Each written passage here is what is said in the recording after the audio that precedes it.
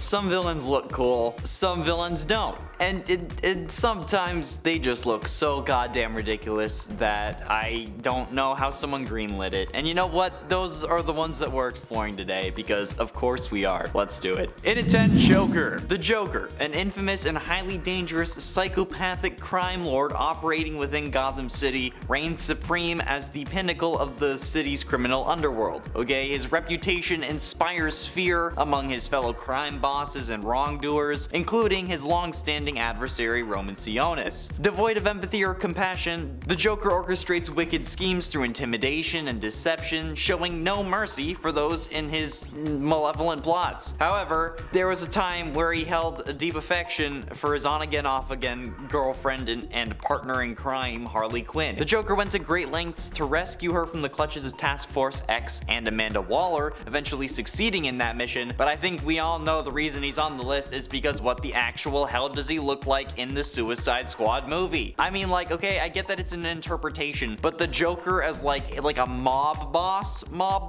Come on, he's trying to be the godfather of Gotham in this, and that's not something that he would normally really do, okay? Plus, we all didn't like this movie or this portrayal, so I think it's a safe villain to start off with. And at 9, Sandman. William Baker, also recognized as Flint Marko and renowned by his supervillain moniker of Sandman, is a prominent character and antagonist within the Marvel Comics universe. He's often depicted as a nemesis to Spider-Man, possessing the extraordinary ability to control and manipulate sand, which also makes up his body. Following an unforeseen accident involving radioactive materials, and of course it is, Flint Marko's DNA underwent a transformation, aligning with the chemical composition of like tiny rocks and minerals. This alteration gave him the ability to manipulate every particle of his being, enabling him to fashion himself into like weapons and his fists into like giant fists. He can also pick locks, he can assume different forms and like different entities in like a shape-shifting way. He can even amass additional sand to manifest just a huge version of himself. But the reason that this is a dumb costume is because he's made entirely out of sand, yet is somehow always fully clothed. I get that he can manipulate the sand, but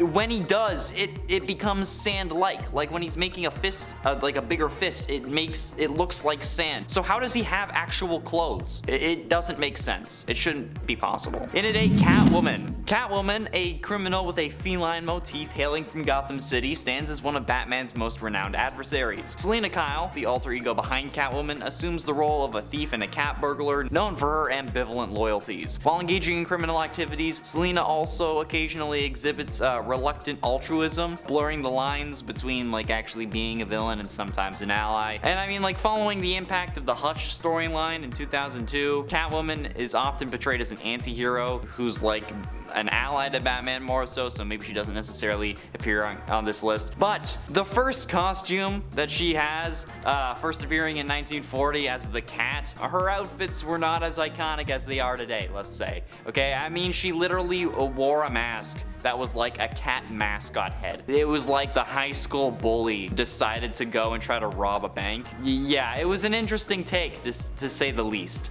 And at 7, original Galactus. Galactus, a cosmic entity, possesses an insatiable appetite for the energy harbored within planets, okay, which serves as his sustenance. In his quest, he designates individuals known as heralds, such as Silver Surfer, to search for suitable worlds and then endows them with formidable cosmic powers. Originating from a universe preceding the current one, Galactus was initially a Tan named Galan. As his universe neared its end, Galan encountered the sentience of the cosmos, a precursor to eternity. Through fusion with the cosmic essence, Galactus emerged in the subsequent cycle after a period of gestation, assuming his current form. Recently, Thor managed to slay Galactus, but his revival occurred when the Destroyer reanimated his lifeless body and Galactus consumed the energy from a Macron crystal. It's a whole thing. After he was reborn, he craves knowledge rather than worlds, but his original costume didn't have the pants that we see on him today, okay? Meaning that most people would have quite the interesting view as he is literally eating their world. And at 6, the Riddler, Edward Nygma.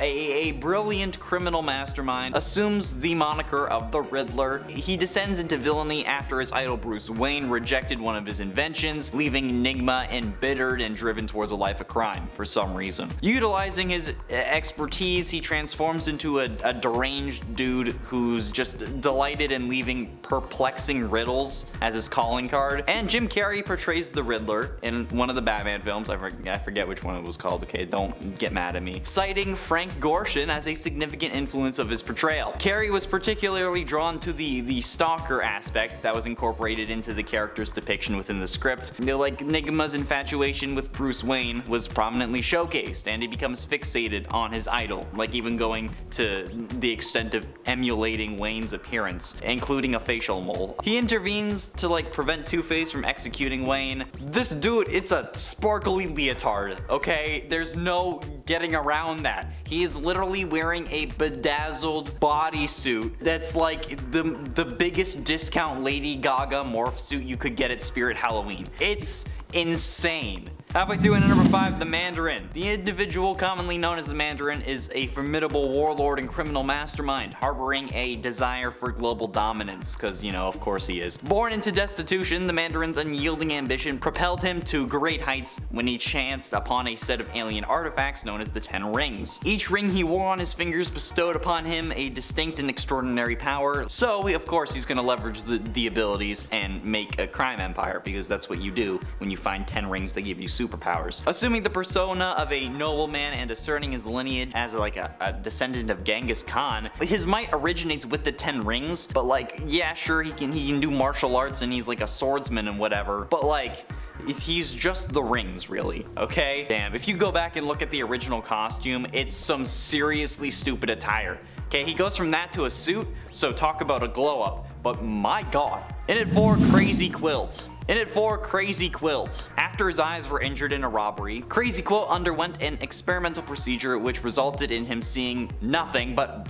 blindingly bright color. This, of course, is going to turn him into an insane criminal. How insane? Well, first of all, he tried to steal color itself, which no one ever figured out how he planned to do. Second of all, his powers were basically having a constant LSD trip, which affects exactly no one beside himself. Even when Crazy Quilt got a helmet that allowed him to project his crazy eye-colored lights at his foes, Cyclops style, all Batman and Robin needed to do was reflect his beams back with a mirror and he was done. And in all honesty, I don't think that Batman needs to do much to actually really beat him. I mean, the dude calls himself Crazy Quilt. I think that says enough about the kind of person that he is. I don't know a single person who is scared of quilts. What is that name supposed to do? You've been seeing his costume on screen, right? You know what he's wearing.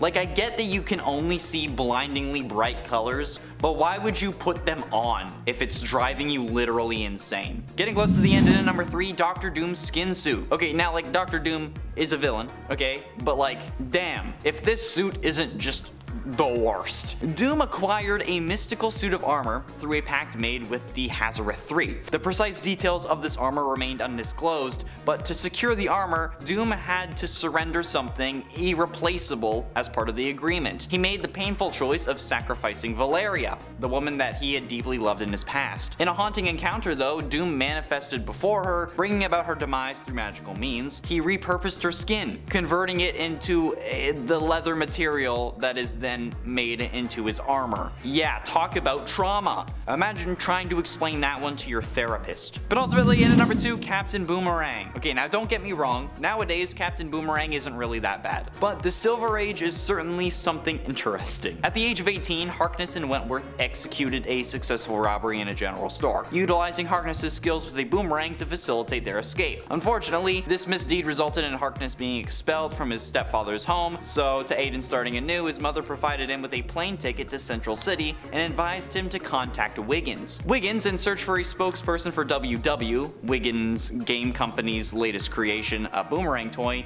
found Harkness fitting for the role, adopting the alias of George Green. Harkness auditioned for the position and secured it, but Wiggins outfitted him with a costume and bestowed upon him the moniker of Captain Boomerang. But Harkness harbored ulterior motives for this new identity and then used all of that to just start stealing jewels, for which he was then captured by the Flash because, again, boomerangs versus super speed, not really a contest. But this is a costume that would certainly gain the attention of literally everyone, so I don't know why you would use it. And finally, in at number 1, Deadpool. Okay, hear me out, don't freak. Wade Wilson, okay, a mutant with extraordinary reflexes and agility, served as a soldier and a mercenary, surpassing the capabilities of just a human. But in the X-Men Origins universe, in the midst of the Vietnam War, in late 1973, a young Wade was a member of an elite covert unit known as Team X, led by William Stryker. Among his comrades were Logan, Victor Creed, Christopher Bradley, Agent Zero, John Wraith, and Fred Dukes. Wade obediently carried out his leader's orders, even though Stryker often lamented his incessant talking, stating that Wade would be a flawless soldier if not for his mouth. But 6 years later, following the dismantlement of Team X,